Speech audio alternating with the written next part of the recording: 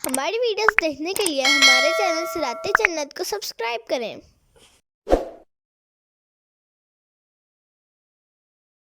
كذبت قبلهم قوم نوح والأحزاب من بعدهم وهمت كل أمة برسولهم ليأخذوه وجادلوا بالباطل ليدحضوا به الحق فأخذتهم فكيف كان عقاب۔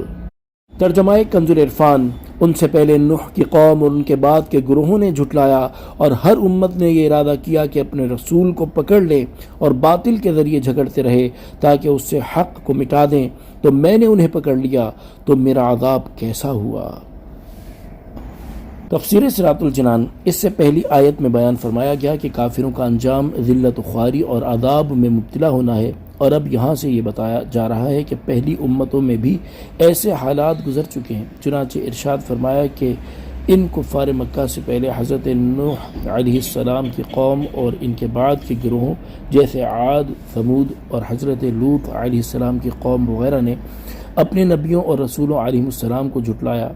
اور ان میں سے ہر امت نے یہ ارادہ کیا کہ وہ اپنے رسول علیہ السلام کو پکڑ لیں اور اسے شہید کر دیں، اور وہ لوگ باطل کے ساتھ جھگڑا کرتے رہے تاکہ اس کے ذریعے اس حق کو مٹا دیں جسے انبیاء کرام علیہ السلام لے کر آئے ہیں۔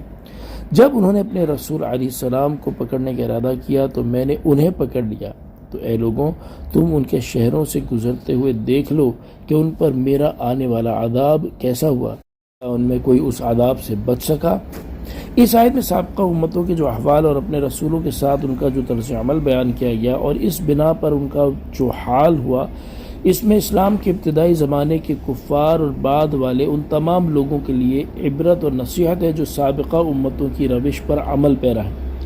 کیونکہ اللہ تعالیٰ نے تاجدار رسالت صلی اللہ تعالیٰ علیہ وآلہ وسلم کو مبعوث فرما کر اور قرآن پاک میں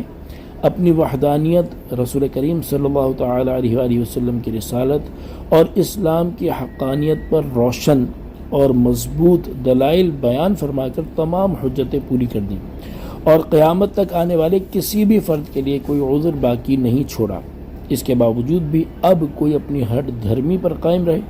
اور اللہ تعالیٰ کی وحدانیت اور سید المرسلین صلی اللہ تعالیٰ علیہ وآلہ وسلم کی رسالت کا اقرار کر کے دین اسلام میں داخل نہ ہو بلکہ الٹا باطل کو حق ثابت کرنے کی کوشش کرے، تو اسے چاہیے کہ ایسی صورتحال میں اللہ تعالیٰ کے ازلی قانون کے مطابق عذاب الہی کا انتظار کرے۔ وَكَذَلِكَ حَقَّتْ كَلِمَةُ رَبِّكَ عَلَى الَّذِينَ كَفَرُوا أَنَّهُمْ أَصْحَابُ النَّارِ۔ ترجمہ کنز العرفان۔ اور یوں ہی تمہارے رب کی بات کافروں پر ثابت ہو چکی ہے کہ وہ دوزخی ہیں۔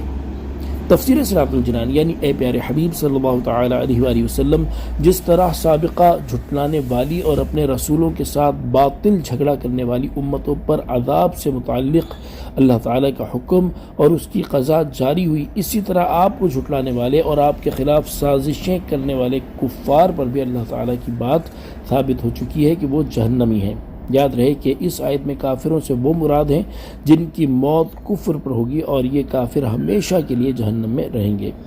اس آیت سے اشارتاً معلوم ہوا کہ کفر اور گناہوں پر قائم رہنا دنیا اور آخرت میں اللہ تعالیٰ کی گرفت اور عذاب کی طرف لے جاتا ہے، لہذا ہر عقل مند انسان کو چاہیے کہ وہ کفر اور گناہوں پر اصرار کرنے کی بجائے فوراً ان سے سچی توبہ کر لے، تاکہ ایسا نہ ہو کہ اسے عبرت کا نشان بنا دیا جائے اور اس کے نصیحت حاصل کرنے سے پہلے